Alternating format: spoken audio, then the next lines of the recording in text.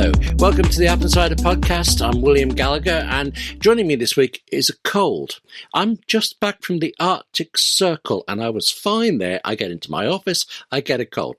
If I start sneezing too much, Wes will take over, as he has for the last couple of weeks. Also this week, our sponsors are MacPaw with Clean My Mac, Audacity and Anti-Gravity. Just wait until you hear what Anti-Gravity is about, but more on that later.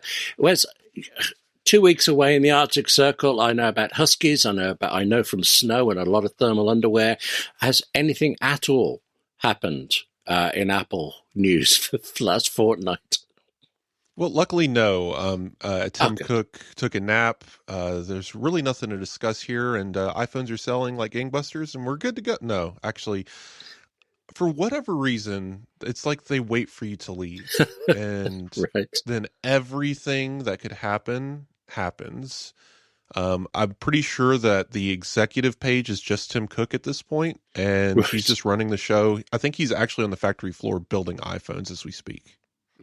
I can tell you, every time we got into port, I was on a cruise ship going through Norway and the Northern Lights and all that stuff, and literally no internet for most of it. A couple of times on Tromsø, I went in, and I don't know why, I ran to AppleInsider to see had Pixelmator Pro and Motion and Mainstage been released for the iPad yet, and they hadn't.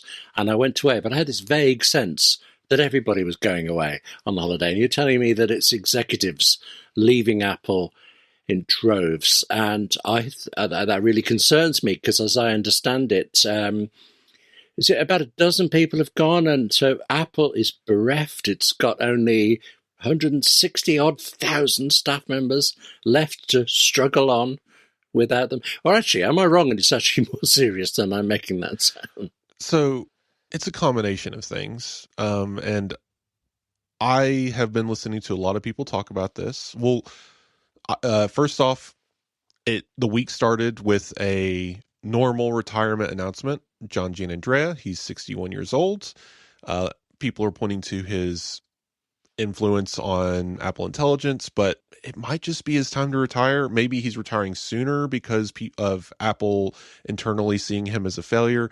I'm not so sure it's that, though. I have a story on this. This happened while you were away, of Gianandrea actually being the kind of arbiter of our modern versions of iPhone. Like, the reason why we have on-device Apple Intelligence is because of John Gianandrea and his focus on that, instead of chasing down server side, which Apple probably couldn't compete with the likes of ChatGPT and Gemini on. Apple's competing in a space that it can succeed in, and probably will, once we get the revamped Siri in the spring and everything after that.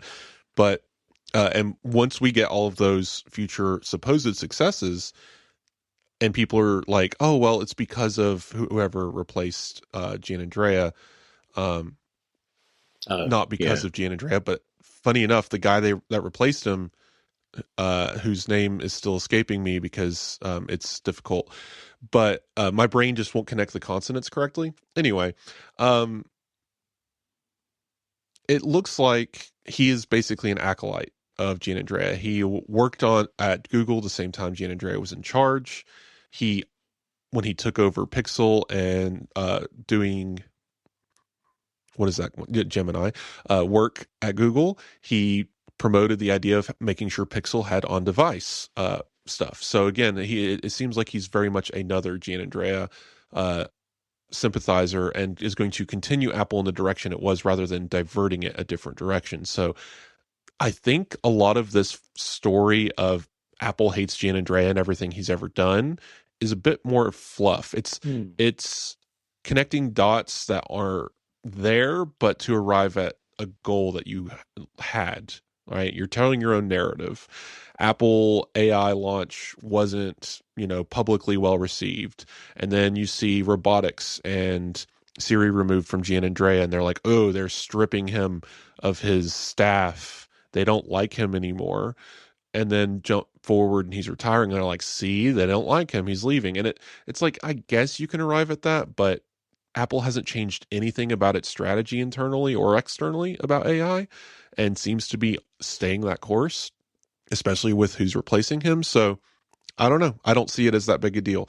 Then we discussed, of course, Alan Dye, which is the unexpected departure. He was poached by Meta, supposedly, and this wasn't coming at least as soon as June. It could have been brought up in September, October, and he is now going to be designing Apple or Meta's glasses and stuff, I suppose, or maybe their operating system that's already Vision OS. So I don't know, but Dye's departure, I don't think is going to be that big a deal, because as we've seen the reaction internally and externally, according to John Gruber, people are pretty happy with this. He worked at, I don't know, Michael Kors or something before Apple, like designing purses or something. I don't know. And when he joined Apple, he was like marketing. He was making boxes for iPhones.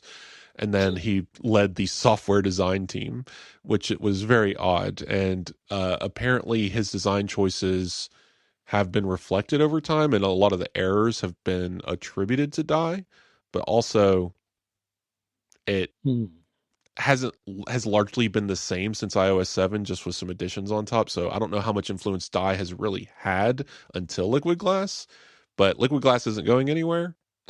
That was the final point on that, and now we arrive at the latest. When you describe it this way, it reminds me that there are a couple of business, not principles, business tropes, I suppose. One of which is that most people hire people who are like themselves. So John Jr. being followed by somebody who thinks the same way or similarly way, it doesn't feel like a surprise to me. But then there's also, this might just be a British thing. Have you heard of the Peter principle in business? It sounds familiar. I can't remember who Peter is, presumably the author of the theory, but the idea is that in corporations in particularly, you get promoted and promoted because you're doing good work, but eventually you reach a level that is beyond you, and so you can't progress any further, but also you stick at that level and you are preventing other people coming up past you.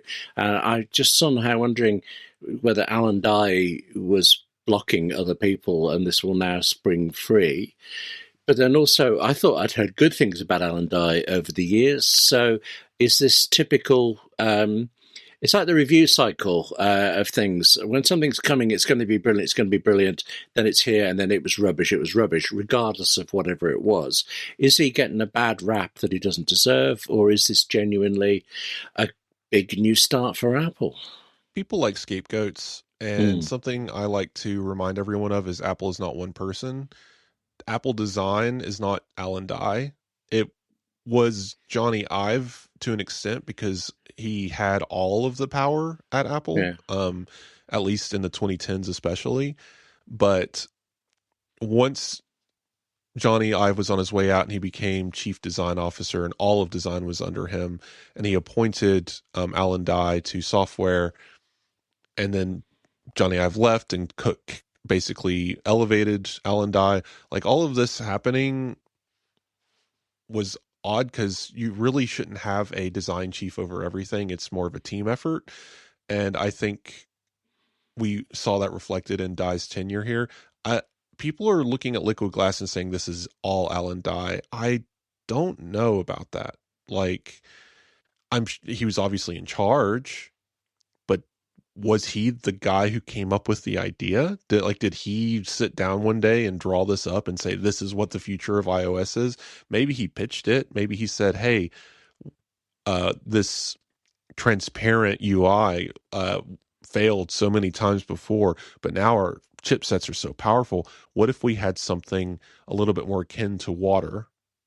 Like, I could see the pitch deck, but I don't think is he the guy who just literally designed every aspect of it? I think people are giving him a little too much credit, but not to the fault of Alan Dye. I'm sure he was fine in a leadership position, but again, it's a team of people, and he took his core team with him to Meta. So a few more people left with him.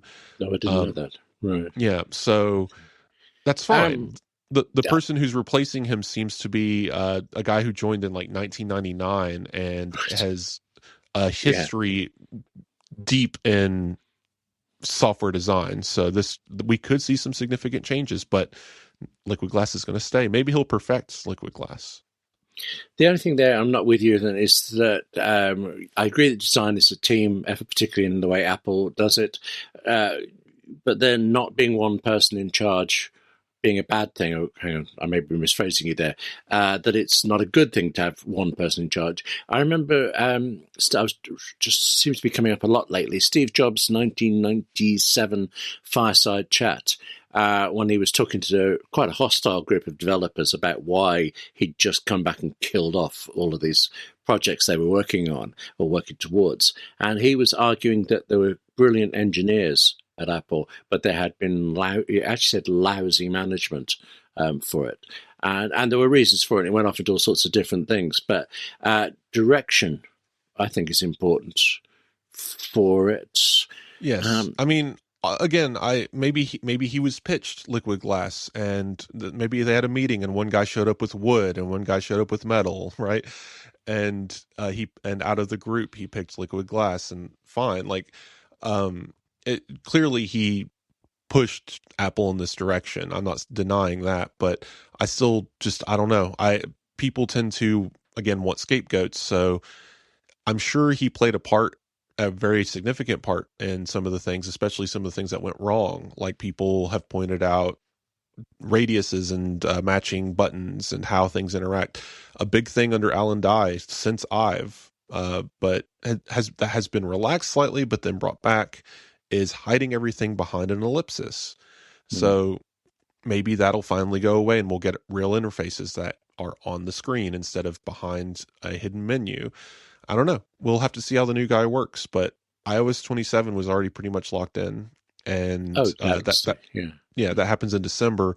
So we're there. 27's done. They could tweak it a bit. They could even start tweaking Liquid Glass in 26.3 and 4, but little changes.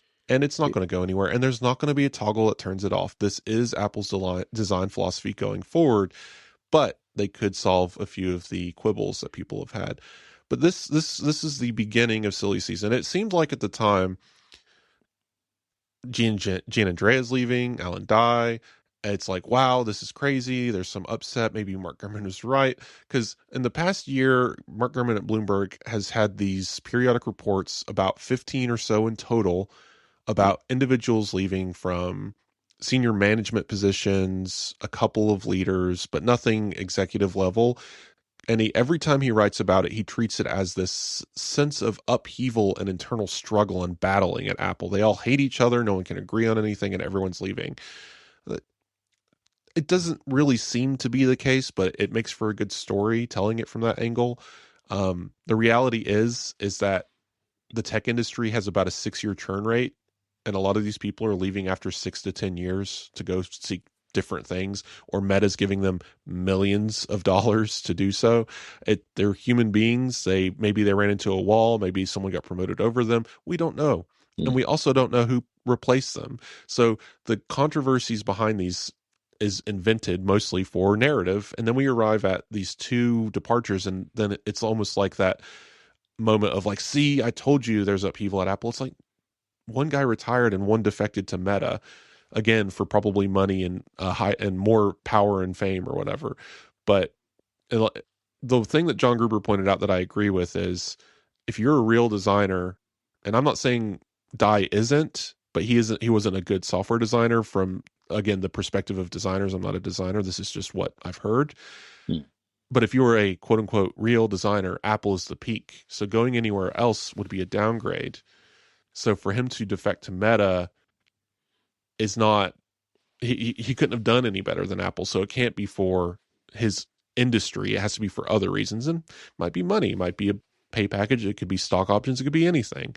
But it's fine. Apple will survive. But then we get this rest of this news week, and now everyone's like, they're doomed. They're gone. They're going to die.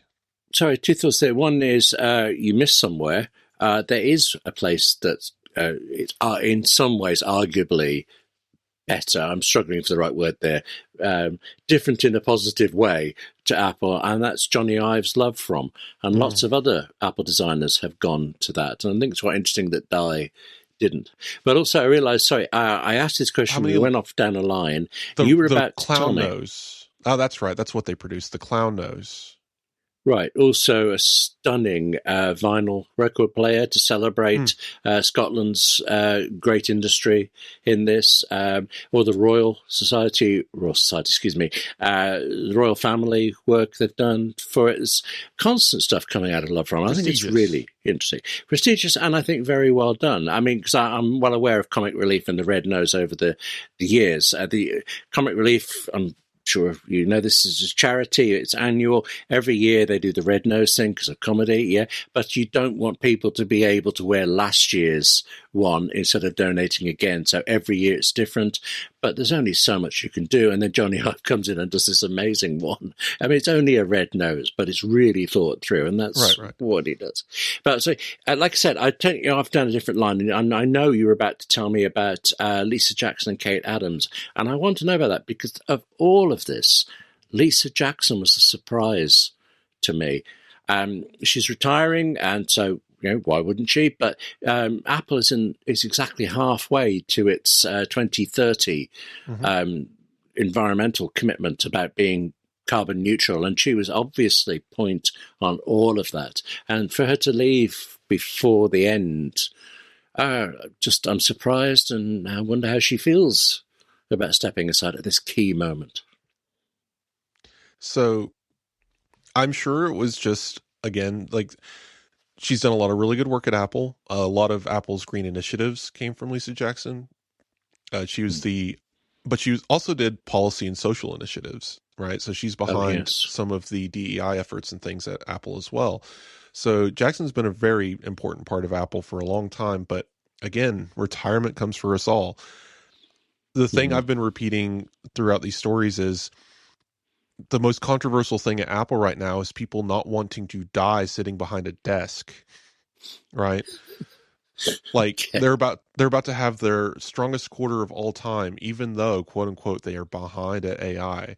Consumers don't care. AI doesn't matter. It's a bubble. It's going to pop. The investors behind AI are grifters, and the people promoting it are grifters. They're chasing this whale that's ultimately going to fail, and or at the very least be very much smaller than it is now.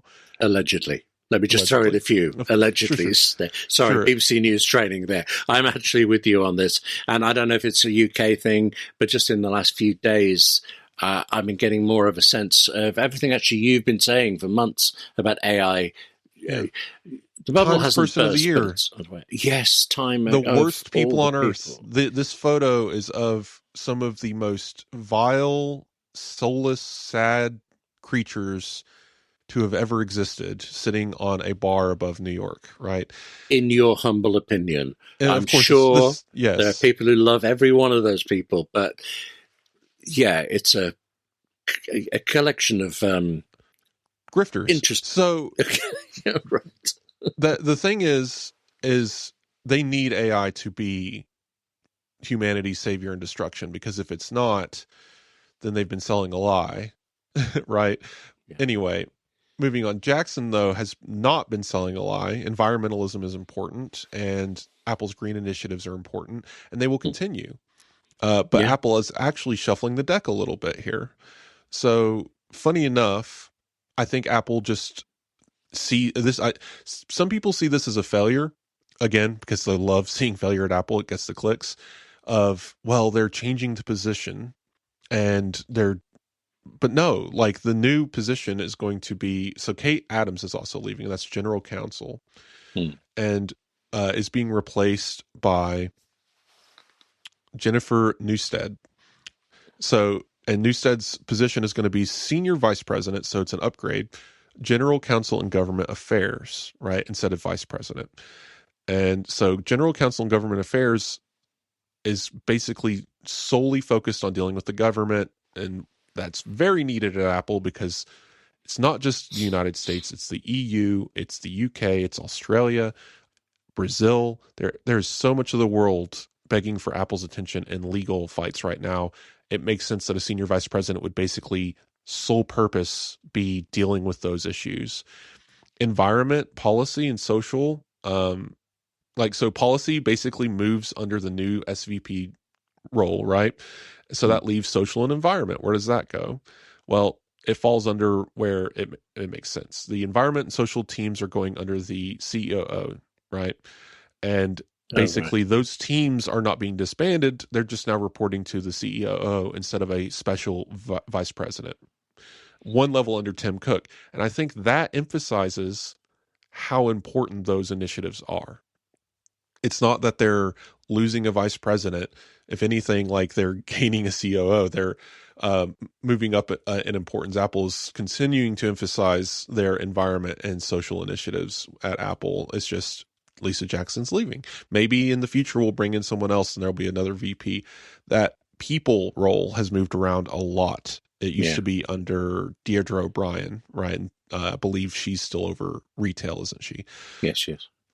So finally, the general counsel role, sure, this is all happening between now and March. The two of them are retiring. And again, not unexpected. Pretty much everyone on Apple's leadership page, other than the two people that are new, John Turnus and Saeed Khan, they're all retiring. They're all 60 plus, maybe 58, 59, but expect in the next 5 years that these announcements are going to keep coming. And someone pointed out something very smart. Why did all this get announced so close together?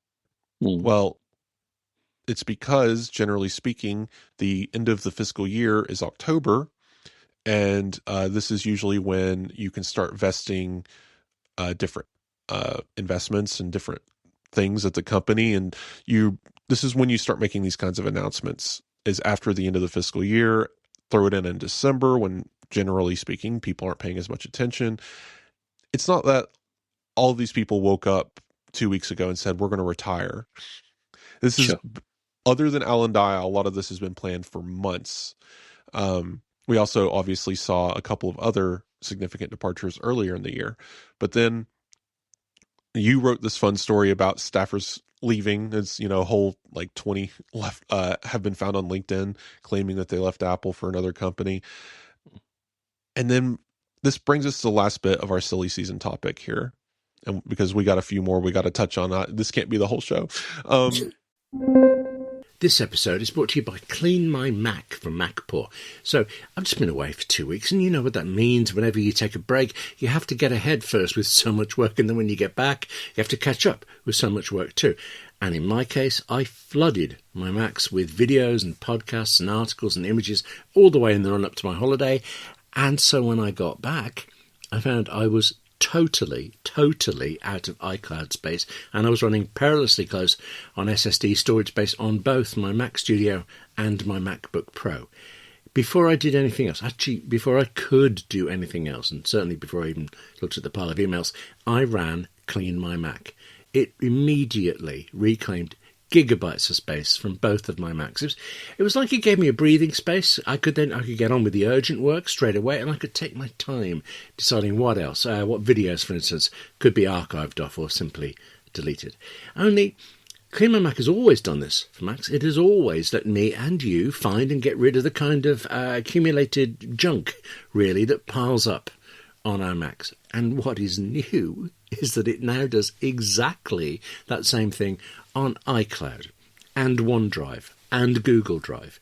Clean My Mac scans whichever of these cloud storage services you use, and it does exactly this same thing of looking for large, unused, space-wasting files. It finds them, whether they're synced or not, it finds them, and then it gives you control over what to do with them. It does this for me, and it can do it for you. Get tidy today. Try 7 days free and use my code AppleInsider20, that's AppleInsider20, for 20% off at cleanmy.com. So that's cleanmy.com, CLNMY, cleanmy.com/AppleInsider, and Apple Insider in all uppercase. So 20% off for AppleInsider20 at checkout at CLNMY, cleanmy.com/AppleInsider, all uppercase. And thank you to MacPaw for supporting the Apple Insider podcast and sorting me out when I got home. Well, it sounds like it could be. My only thought is I didn't appreciate that about the fiscal year and all this stuff. I just assumed that Apple figured this is what the reaction is going to be. Let's get it all out in one go instead of once a month having a little crisis for it. You said these things are planned for months. I wouldn't be surprised if they've actually successfully planned for years over some of these people. So, yeah, but I do believe there's one left, isn't there? I can kind of hear it in your voice who this is going to be. Because remember, I'm catching up. So I dip in and out, and I read the shock horror of somebody leaving, and then the shock horror of, no, I'm not. Where did that come from? Is that a summary of what you've got next for me? Well, there's two things here that are borderline insane that happened back to back. And the first one, before we get to the big one, is the information. Okay, this is I don't know, website, magazine that you have to pay $800 a year for the honor of accessing. And Wayne Ma wrote a story that basically took the list of potential replacements for CEO Tim Cook and wrote that again, but included in it, and this is the crazy part. Can you guess who is the possible replacement? Well, for I suppose Apple CEO Tim Cook. If stories that Tim Cook will hang on till 27, maybe even 28, then I believe Donald Trump will be available. Is that who you're thinking? Tony Fadell. Oh goodness, iPod Tony Fadell. Yes. Oh right. Okay. And the source of this rumor of him being a possible candidate is Tony Fadell. Okay. Well, good on him. All right. Apparently, Wayne Ma was told by an anonymous tipster that Tony Fadell had been telling his colleagues that he would love to run Apple. Now, so here today, breaking news on AppleInsider Podcast. I would like to throw in my name in the ring that I would love to run Apple, and I am definitely a potential successor to Tim Cook. Okay. You've got my vote. Yeah.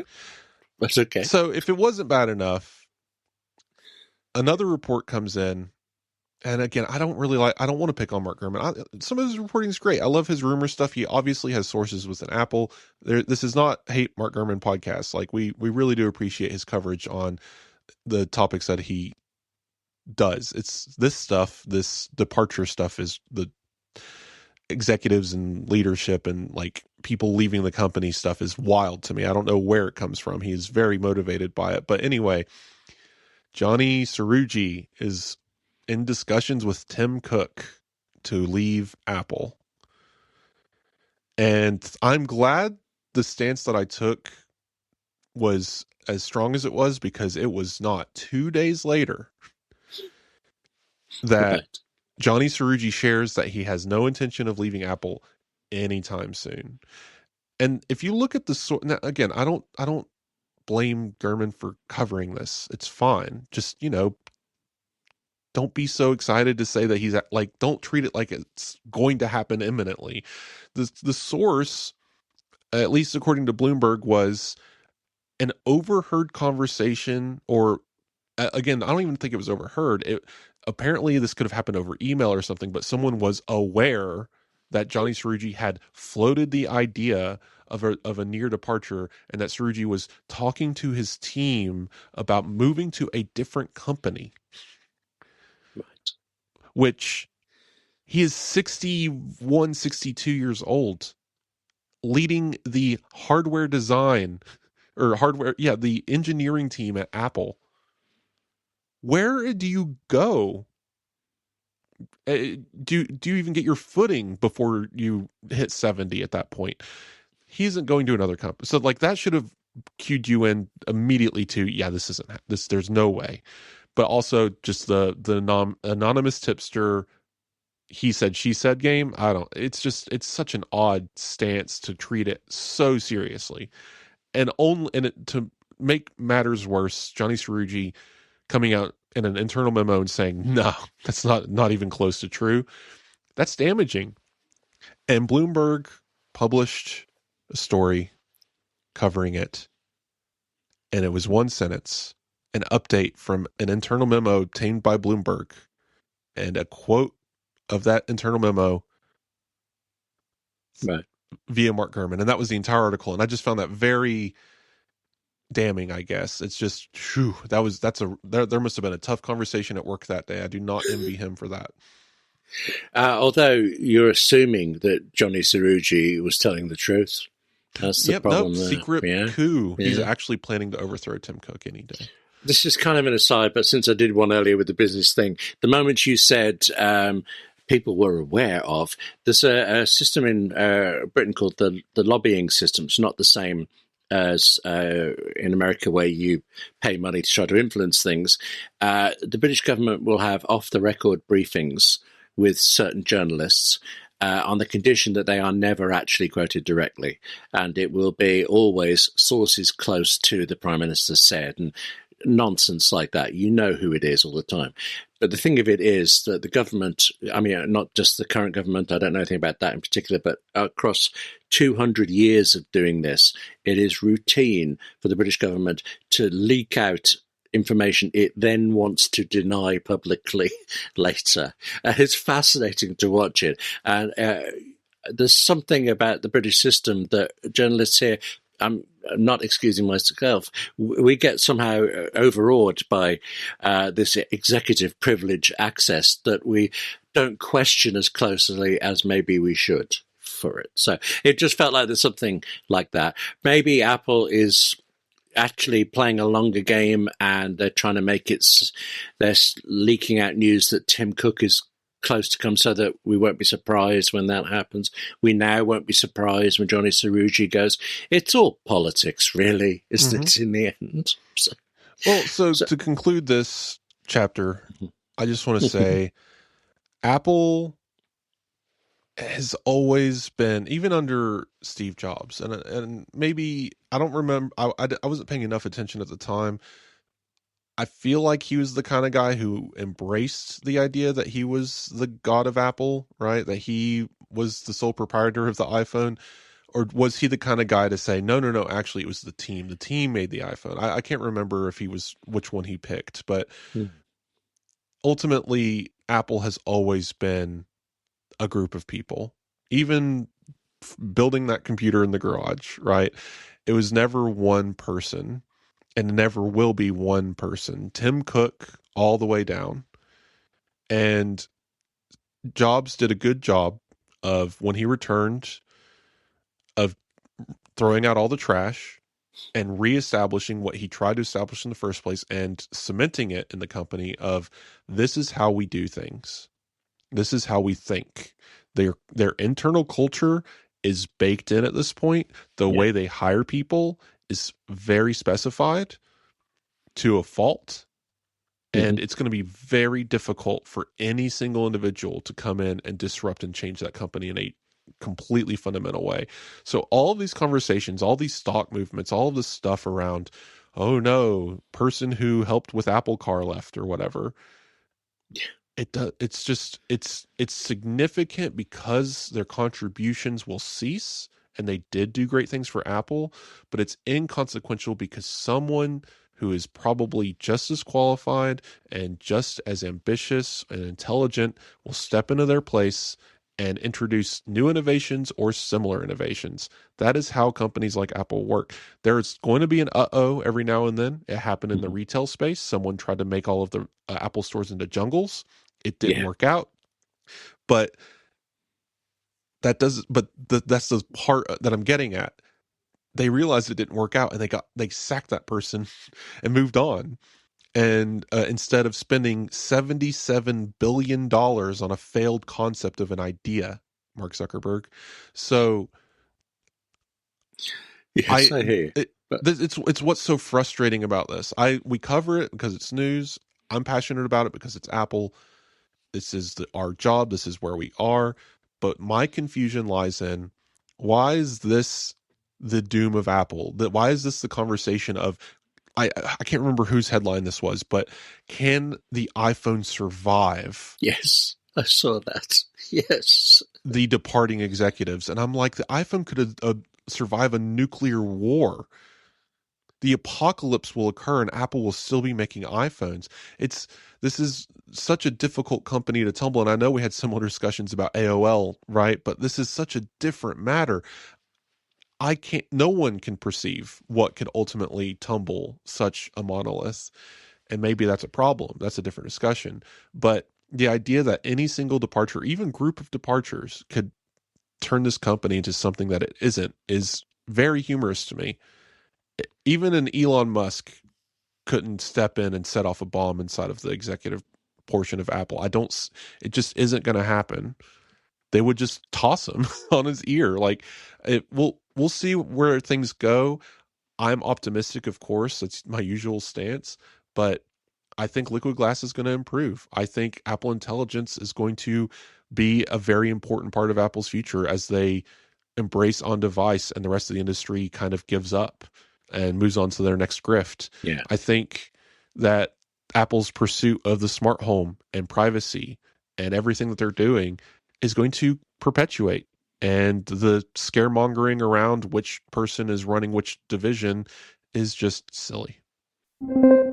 This episode is brought to you by Udacity.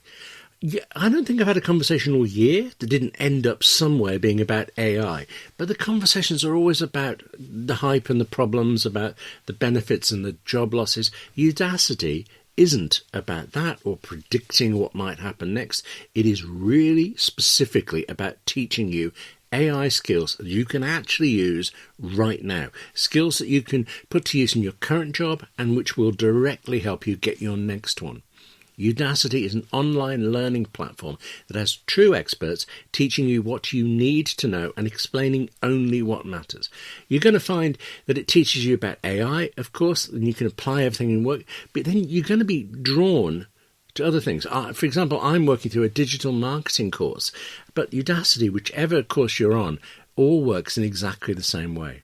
True experts, actual skills, and if there's one thing that particularly singles out Udacity, it's that you are never just passively sitting there nodding away at a video. Instead, Udacity always has you doing practical exercises. It has you working on real projects that prepare you for the work you want to do. I don't know what it is with me. I don't learn very well from just a list of facts. I need to learn by doing. That's my goal, and 90% of Udacity graduates say that they achieve their enrollment goals. So in my case, as I say, I'm following Udacity's digital marketing course. So even beyond AI, Udacity is giving you skills to help you do better in your business, in your jobs, and to get better salaries. For instance, one example, Udacity has just launched a master's degree in AI, a true master's degree for under $5,000. It is a fraction of the cost of traditional degree programs, and it comes with so much more flexibility. The tech field is always evolving, and you should be too. You can try Udacity risk-free for 7 days. Head to udacity.com/AppleInsider and use the code AppleInsider for 40% off your order. So once again, that's udacity.com/AppleInsider for 40% off. And also make sure you use my promo code AppleInsider so they know I sent you. And thank you to Udacity for supporting the Apple Insider podcast.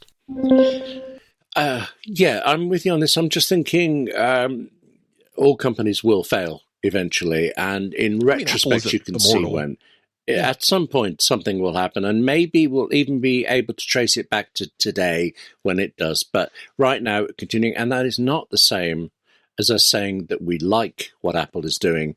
It is doing what it does. Yeah. If I had to have a prediction, I mean, if this even can happen in our lifetime, the thing that puts Apple out isn't a catastrophic failure that it makes it go bankrupt. That's clearly not going to happen. The thing that makes Apple disappear from the public conscious, because I believe AOL is still a company, isn't it? Yes. And that's what's funny is this stuff never really goes away. It gets bought, gets purchased and passed around. Verizon owns some portion of AOL. I think LimeWire's coming out with software, right? Goodness. Okay. None of these things truly die anymore. They're just absorbed and transformed. Apple, if I had to put an idea to it, could lose relevance in the next 50 years because smartphones stop being a Yeah. thing and Apple misses something somewhere. And maybe it continues on as a brand that makes really good televisions or makes really good home cameras or something like stupid, but right, like some part of its business is able to carry on, but it is much smaller and it's a shadow of what it once was until another 50 years goes by and people are like, hey, remember that Apple guy? It's going to be a long tail, but I don't think we're at the beginning of that tail yet. I think Apple has a pretty strong couple of decades ahead of it, but it'll be interesting if we even are alive to see what the fall and eventual end of Apple is, if we're even here to see it. Well, I'll tell you what, rather than looking so far into the future, hopefully, probably so far into the future, there's something a bit more near future-ish kind of thing that I would be grateful if you'd reassure me was totally wrong. Because previously, before my very expensive holiday to Norway, I bought a very expensive iPad Pro, and that is it now. Thank you, Apple. No more iPads. We're done. We're fine. This is very good. But I did hear whispers that there are going to be some more, and that I might regret my buying choices rather. Tell me I'm wrong, please. So it's inevitable.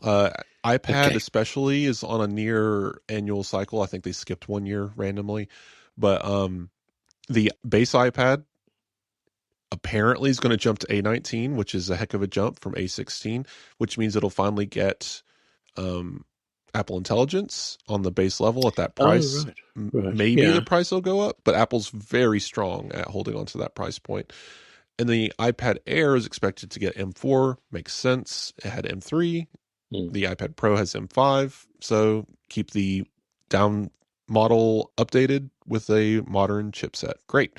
Those will all arrive probably in the spring. Not really much to say here. Well, actually, do you know, I feel foolish now. This is funny when you step away from a thing.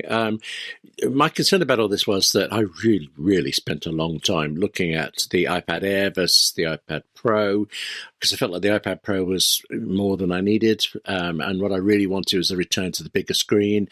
And then the iPad Air felt like it was just not quite enough of what I needed. But in my head, I mixed up the fact that of course, the iPad Pro now has the M5 and the iPad Air doesn't.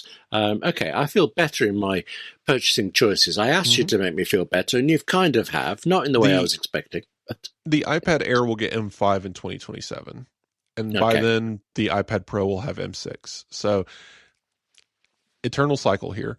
I think the most interesting thing about this is the base iPad getting Apple Intelligence, just as the new Apple Intelligence debuts. Someone asked me a question about this, and we can talk about it here because, again, there's really not much to say about iPads. A listener emailed me asking about Apple Intelligence and its implementation, and something I hadn't thought about before is, how is this rollout going to happen? Because we're coming up on it. Is the beta going to have it, right? Is iOS 26.4 going to come out, and are we going to actually be able to use it? And it made me have to think about, where is all of this technology happening? And a lot of it's on device, right? App Intents. But App Intents and the ability to target them and build them into your apps has been around since last December. So developers have been able to build their roadmaps for Apple Intelligence targeting those maps for a year now. So that's built in. The thing that we're waiting for is the user interface for interacting with that, and that is the new Siri launch, and that is server side. It's not it's not necessarily tied to the operating system. What's coming in the operating system is going to be the UI interfacing with that experience, but if it's a back end that has to be turned on, Apple isn't going to do that during the beta cycle. So even during iOS 26.4 beta, I don't think we're going to get to interact with this new system fully. There's going to be aspects to it, especially the on-device stuff, that starts getting implemented that we can start playing with. But it won't be until the actual launch of 26.4 that we can, and subsequent Siri relaunch that we can actually use any of these features. And even then, I think that's going to be a rollout period as well, where it's going to start with on-device Apple Foundation models interacting with app intents, and a summer announcement of the Gemini expansion into private cloud compute. And then we'll roll into the fall alongside iPhones to bring some new features in that only the new iPhone can do or something, right? So I think the next year is going to be really interesting in this space. But the most important thing, and the thing we've all been waiting for, will be first, thankfully, and probably March or April, just not during the beta period. Okay. I'm faintly disappointed in a way. It feels like it isn't really pushed back later than we expected, but it feels like it is when you put it like that. But that all makes sense. That's as long as it comes someday. One of the first things I did when I got off the ship back in Southampton, I can't remember what it was now, but I asked Siri something, and of course it just got it wrong. And it's like, oh, come on, please. This is yet another, whatever it was something I've done 100 times before over the last few years, and it's just, I'm fed up with Siri being worst. Would it have helped if you could ask your finger?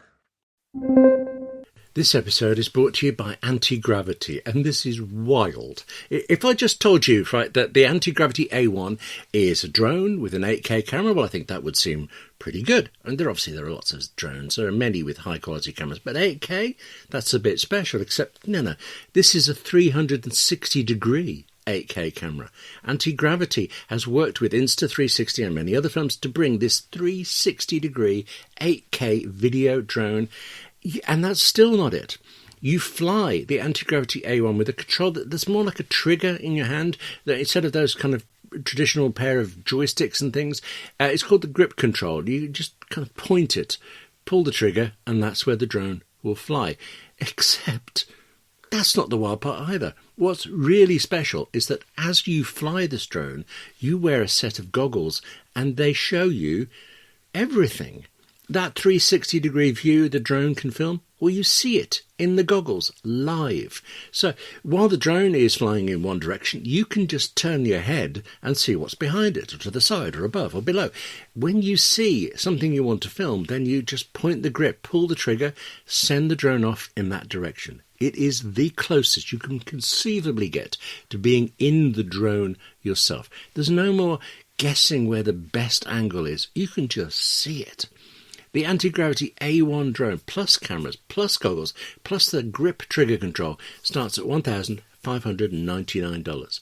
The Anti-Gravity A1 is the world's first 8K 360 drone. It's genuinely a game changer. You get full immersive flight with the goggles, insanely intuitive controls, and then endless creative freedom in editing. If you're thinking about buying a drone, make it this one. Check out the link in our show notes to learn more. And thank you to Anti-Gravity for supporting the Apple Insider Podcast. Well, it's funny you're going to say that, because I know you're going to go next to this. Fed up of Apple and technology. Let's go totally a different thing, because I think I heard it from you, in fact, that Pebble has a smart ring, and the idea behind it is that if you want to, send a message to somebody, you can just use a finger. I don't know if that's only a British thing, but it seemed rude to me. Is there more to this than I believe? Depends on the finger. I think. Right. Yeah, I think what's interesting here is this is yet another example of a company trying to make a hardware device that isn't an iPhone or an Apple Watch. A third thing. But every company that has attempted this, and I think Johnny Ive is going to make the same mistake here, is they're not creating a additive, unique experience, right? The Apple Watch adds to the iPhone. It lets us do something the iPhone can't. It tracks our health, our heart rate, our fitness. The iPhone can only kind of do that by tracking steps, but you can't measure your heart rate with your iPhone. What can the ring or necklace, earring, whatever, jewelry do that your other two devices cannot? And this Pebble thing, I think, makes the same mistake. You're recording voices up to 5 minutes of audio at a time to a device on your finger that syncs to your phone that you can go back later and see transcribed and interact with it or whatever. It's not AI. It's literally a voice recorder in a ring. There's nothing about this device that's technologically advanced or interesting. You could have built this in the 1980s probably, but other than being able to store 5 minutes, so maybe the length of your messages would have been shorter, but the idea is the same. The second problem with this device is it has a built-in battery that can't be charged. You throw it away when it dies. Wow. Oh, I did not know that. Goodness. Yeah. So, but it lasts some years apparently. The thing is,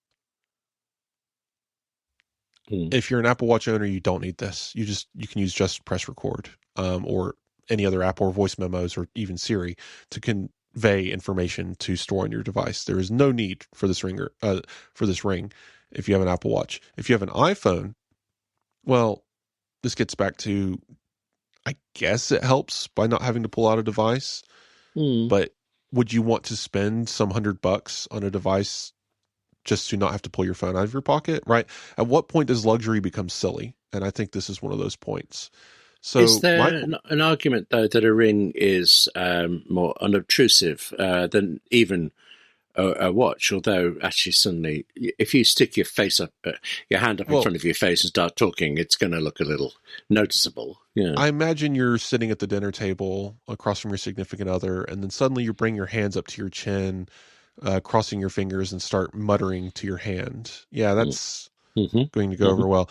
I don't think obtrusiveness is the issue this is trying to solve. I think it's convenience. And is this really what is this solving? It's not solving anything. It's a trinket. So I don't care about the Pebble thing. Let them do whatever. The question here is, the real question, what is actually additive to the iPhone Apple Watch experience? What third device, be it a ring, a necklace, I made this joke before, but a shoe, right? Like, what glasses, what is truly additive to what we already have that, yes, convenience, yes, other things, but what, instead of replacing a function on your phone, right, what adds to your phone? Because the point I'm trying to make here is, and I've made before, when the smartphone revolutionized things, when the iPod started when the iPhone and iPod started revolutionizing things, it replaced many devices. When I was a child, I would collect things that you might carry in your pocket: tape recorder, a pencil and paper, all these things, flashlight, calculator, ruler, on and on and on. And now it's all in one device. And these AI companies seem to believe that people want to separate those things out of their device again, which I think is incorrect. So instead of separating a feature from your iPhone, what can we do to add to the iPhone that it cannot do with these devices? Well, an iPhone is incapable of being chocolate. So there is a gap there for something. I mean, that might just be me projecting quite hopefully. Trademark that before we put the show out. That would be a good idea. I like that. I think a problem with this for me is a failure of imagination on my part. I think I've used that phrase before. I can never imagine what could be added to, say, the iPhone, and then Apple comes and adds something to it, and you're surprised you ever managed to use the phone without it before. So I don't question that there might be something like this. I just can't conceive what it is. And really, the only difference I have with you on this is that I'm still quite hopeful that Johnny Ive will come up with something, because I respect his approach to it. It's not technology first, it's usability first, which I think is actually what you're saying here. I love From and what I/O does. I'm in their corner for this. If anyone can do it, I would say Johnny Ive is capable. I'm not fully discounting that yet. It's just, we're playing the same game we did with the Humane AI pen. Let's talk about it over multiple weird videos and then disappoint everyone when we reveal it. And I'm afraid that's where we're going. For me, it's got to do something interesting, right? Like, if it's a ring, let it be a second contact point for an ECG or like let it just be, again, another data point. Like, let it also gather heart rate. Maybe if I have a Ring, Apple Watch, and AirPods in, and they're all gathering heart rate information, maybe they can combine that data into a more usable, wider scope view on your body, maybe your circulation and your heart health. Like, there's probably data points you can get from that you can't get just from one connection to your body. There's also interesting things that you could do with motion and control. I believe there's a company that's made a ring that lets you tap your fingers a certain way to activate a button, right? Basically have it become an action button that you wear on your finger. I mean, currently we can double tap our hands and dismiss notifications on Apple Watch, but what if there was a way to control your smart home by pointing, right? So again, additive. It needs to do something. It needs to augment our reality. That's what wearables are about, is augmenting our reality. AirPods help our hearing. Apple Watch augments our health. Glasses augment our vision. What can a device do for us that the iPhone cannot? So we'll see. I think the smart glasses coming down the line from Apple could start painting a clearer picture of that. I don't think we're ever going to get a Ring from Apple, but I don't know. I just bring this up because I think companies are building these devices not realizing that they're not creating an additive, truly unique and useful experience with their devices. They're just trying to replace something your smartphone can already do and probably do better with less waste and less money. That part I'm with you, that it can do better. If it is just that it can do it, then we didn't expect the iPhone to come in and replace so many things. And it did, not just because it could do them, but because it could do them better. That is the thing. But actually, not a few minutes ago, you said you were optimistic. But here you are saying, there'll be no smart ring.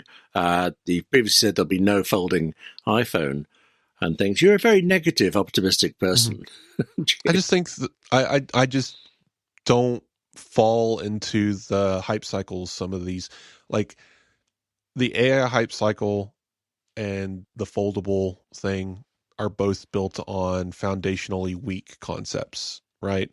AI is popular because it's going to revolutionize the way humans exist. No, it's a good tool, and that's the extent of the conversation. It helps amplify already existing human productivity, not replace it. Foldables are taking a great iPhone with great cameras and great battery life and an iPad with a great display and useful form factor and combining them into one device that does both of those worse. Right? So it's a question of utility, right? Finger rings not being particularly useful because your watch already does that or your phone already does that. Now, if the Ring was an alternative to Apple Watch, and Apple said, hey, if you really don't want to wear a watch, you could wear this ring and still track your heart rate. That could be a pitch. But again, it would probably do worse taking your heart rate from your finger than it can from your wrist. But moving on. I think I want to talk about this more, but I think I'm also just trying to put off something because after a gap of, we don't do this every time, but we do it often enough, and it was all your idea. Controversy Corner is back. Spare me. Try to make it brief. What have I missed that's been going on in the world of politics and just generally affecting Apple and our use of things while I've been away? It's, presumably something. Well, I don't even know if we need to cover this on the show, but it's news. I've written some stories on. I find it interesting, and it's not controversial. It just, I guess, depends on who you're asking. And I want to thank everyone who's writing in saying that they love Controversy Corner, first of all, and that they like that we segment these things out. Yeah, I do too. Yes. Yeah. So IceBlock's still in the news. This is the app that allowed people to, if they were within a couple mile radius of an event that was taking place, like if they saw ICE patrolling a neighborhood, they could mark that they saw ICE on a map and other people could see that was marked. And that's the whole function of the app. You couldn't take photos, you couldn't put names or addresses. There was no doxing taking place or events being organized. It was literally, I just saw this, like, here's a pin cushion on a map of an ice sighting. That's pretty much the whole function of the app. And it was taken down because the United States government, Pam Bondi is I always forget who these people are. Attorney General, might be Pam Bondi. Anyway, I mixed them all up. But the important person here tells Apple, you need to take these. This is the key thing here. They did not tell Apple you are required to take these down by law, because they can't. That's a freedom of speech issue.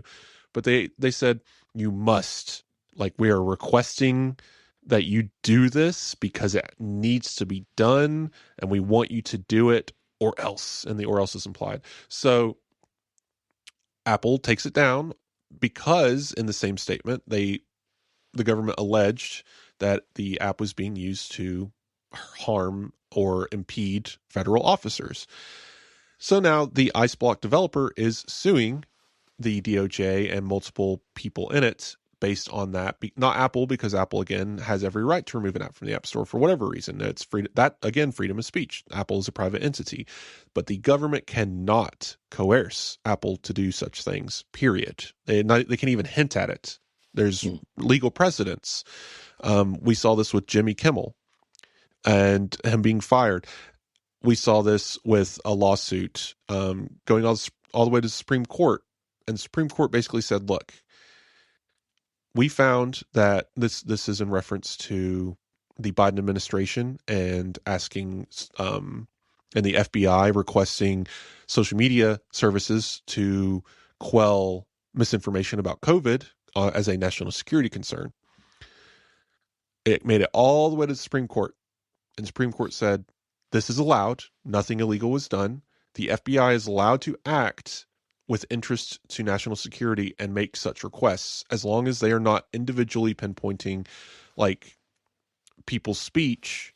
They can provide that guidance. And that's what happened. So here, though, is different. It is a specific pointed attack and a specific point of speech from the government in a way without any national security concern. So it oversteps all of these things. Obviously, we're not lawyers here, but it seems like a pretty clear-cut case that the IceBlock developer has a strong case for them for a First Amendment violation. Not to kind of cheapen or diminish this, but you say this, and actually, for some reason, my thought was going to that developer being able to afford to lawyer up at this level of things. So you can just imagine, I mean, I've been a developer before. I couldn't conceivably mount a legal challenge against anything, really. So it's interesting that's happening. Yeah. So sometimes lawyers bring the case to you because it's an interesting story or an interesting, like, or maybe he went to a lawyer, but like there might be something going on to ensure that this is being taken care of, because especially if the lawyer offers them up pro bono, we don't know any of this. It's just maybe he's wealthy. We don't know. In any case, this is happening. He is suing, but again, Apple's not involved. But it is in regards to Apple removing it. And it's interesting because there continue to be protests around this app's removal. Of course, if you have the app still installed on your phone, it still works. You can use it. It just was removed from the App Store. Apple didn't go in the back end and stop the app from working, which it technically could, I guess.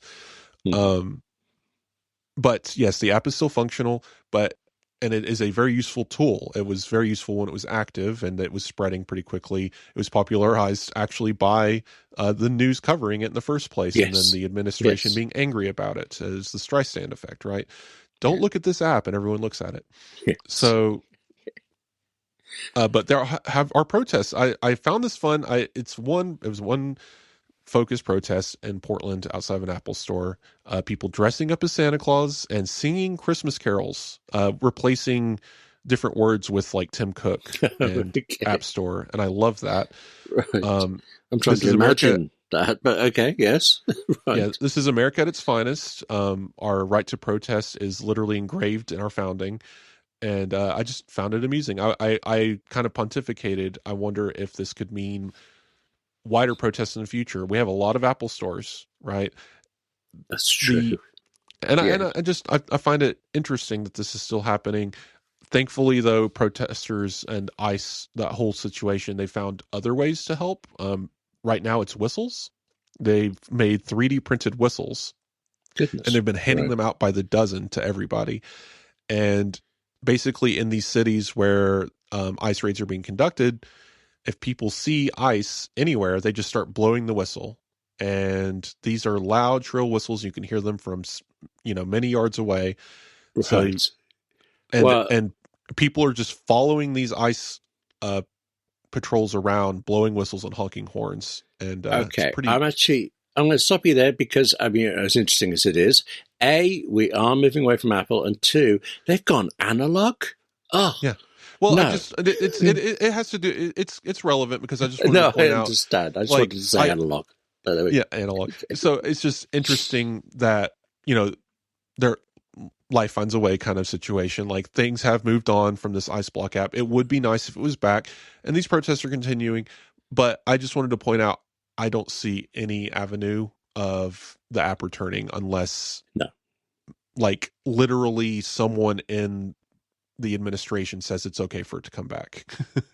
Just simply because the retaliation and the effects of bringing it back for any reason would be incredible. Yeah. And it's not that I'm saying that they don't need the app. It's just, thankfully, they have found other ways to take care of this. So protest, please do what you need to do to make your voice heard, but understand that this is such a rock and hard place situation that I'm not sure Apple can wiggle its way out of it very easily.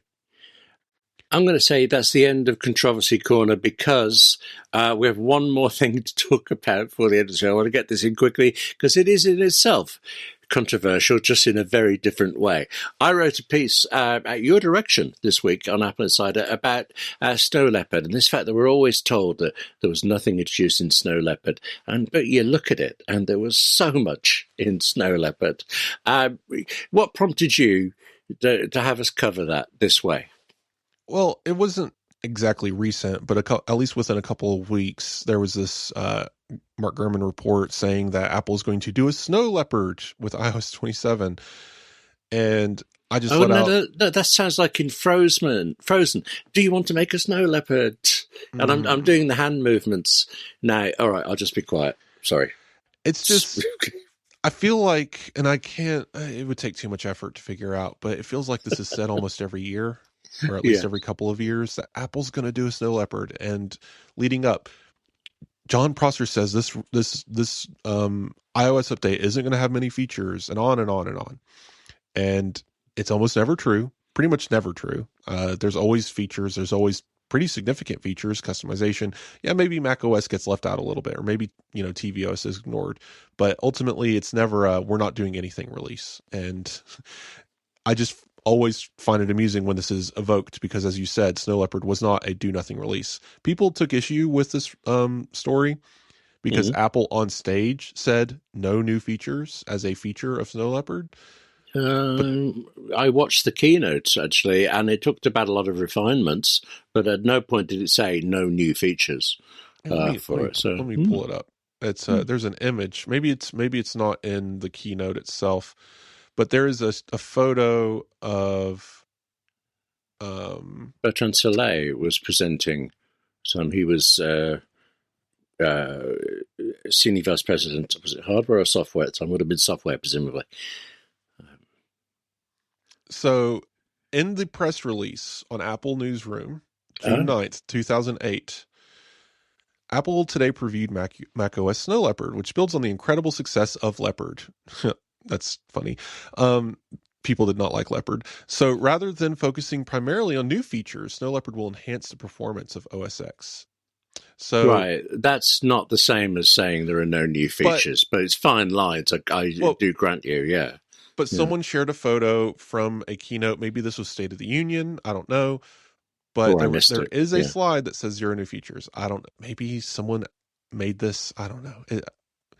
Well, anyway, I could be wrong there, but the thing that amuses me is that every year, like you say, Apple is or should be doing a Snow Leopard release with no updates. But at the same time, if Apple doesn't put something out, Apple did nothing for the Mac this year. The Mac is over. Apple's ignoring us, that kind of thing. And that's all very silly. What tickles me. Yeah. People don't know what they want. What they truly want is infinite stability. But the problem is, even if they took a year off, even if they got no new features, there would still be bugs. There would still be design issues. These, again, are human beings. And Apple is only getting bigger every year. And their problems are getting bigger with it. There's multiple operating systems and multiple interactions between each of these operating systems piled on top of each other. Universal apps, so much happening, especially now with design, that it is honestly impossible and kind of silly to think that Apple can actually do we're going to fix everything and ship something with 0 bugs. It's just not going to happen. Now, I think people's problem is there's more bugs than before. That's all perception, right? Go back literally any iOS release, anything, and there will be reports in the fall of this is the buggiest iOS release yet. And then like 6 months later, they're talking about how can iOS 27 do better than iOS 26? It was so good, right? Like it's the same news cycle every year. Yeah, but what this is telling me is basically Apple needs you. You should go to Apple, sort them out.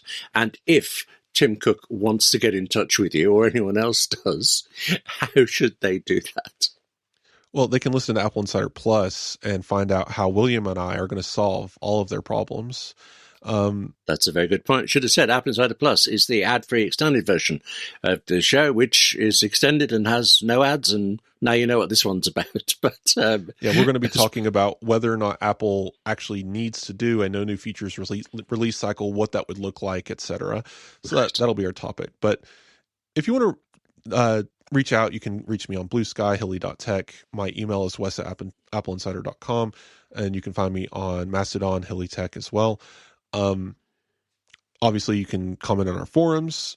There are a million ways, but the best way to reach out to us, I still think, I love seeing you guys on email. I love getting Blue Sky stuff because it's always great hearing from you. But if you want your information, your questions or comments right on the show, you can reach out via Apple Podcasts. And before I let William pop in with his details, I'll go ahead and share. We got 1 5-star review in the last week. Joey Sangs, he has sent us a very kind review. Great podcast that he dislikes that people are giving us a hard time regarding politics. And he thinks that William and I are simply reporting the news and its inevitable outcomes.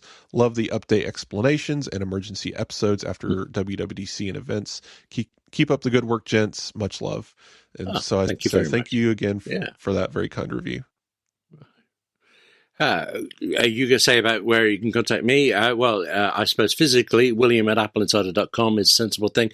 But honestly, my head's still in the Arctic Circle, so I'm way behind on all of these things. I'm slowly getting back, though, and I will be back with you next week to discuss more things, as it seems to be quite a busy, quiet season this year. There'll be more Apple news to listen to. Before we go into Apple Insider Plus, though, for everybody who subscribes either via Apple Podcast subscriptions or Patreon, details of either way, always in the show notes. Should also say thank you very much for listening. Thank you to our sponsors, Clean My Mac, My Mac Poor, Udacity, and Anti-Gravity. Did I not tell you that Anti-Gravity was interesting? And Wes, good to talk to you. Thank you for filling me in on everything I've missed. I promise I'll never go away again. And that would be that. I will stay here right in this spot until we're all back again this time next week. Yep. See you then.